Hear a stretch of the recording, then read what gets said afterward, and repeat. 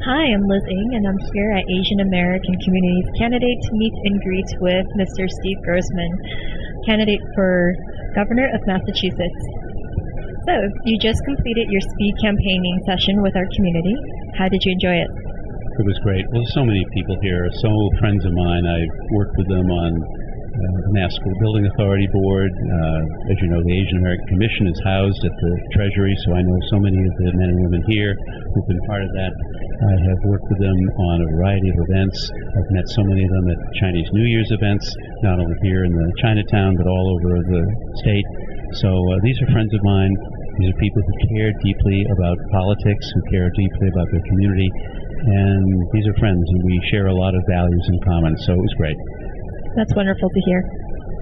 So, what distinguishes you from your Democratic opponents in this primary? I'm a job creator all my life.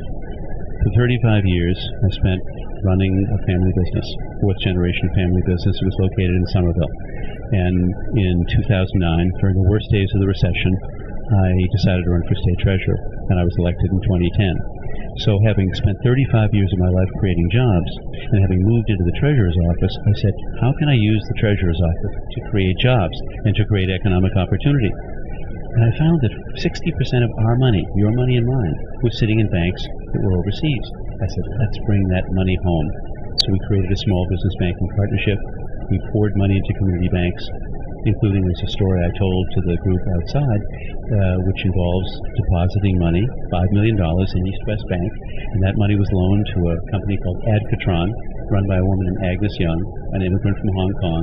And with that money, she bought a piece of equipment, and she's growing her business profitably, adding employees, adding jobs, manufacturing products that used to be made in China, but are now being made right here in Boston. So this campaign for me is going to be about jobs, economic opportunity, broadly and widely shared. The theme of my campaign is one Commonwealth that levels the playing field and leaves no one behind. That's great. I'm really happy that you shared this story with us. So, during the course of his administration, Governor Patrick has appointed nearly 150 Asian American boards and commissions and 10 Asian American judges to the bench. Will you commit to continuing this progress, and how would you do this? Yes, not only will I commit to doing it, but I actually have a track record in this area. Because when I became state treasurer, I created something called Diversity and Outreach Council.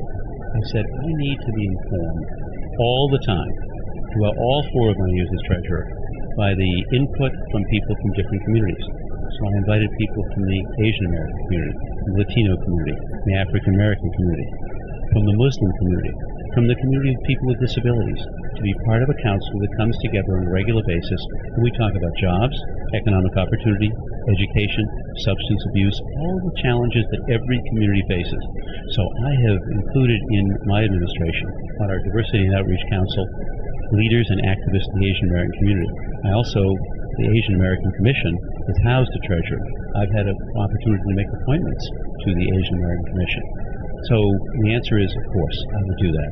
And I have done that during my 10 years treasurer. It's absolutely important.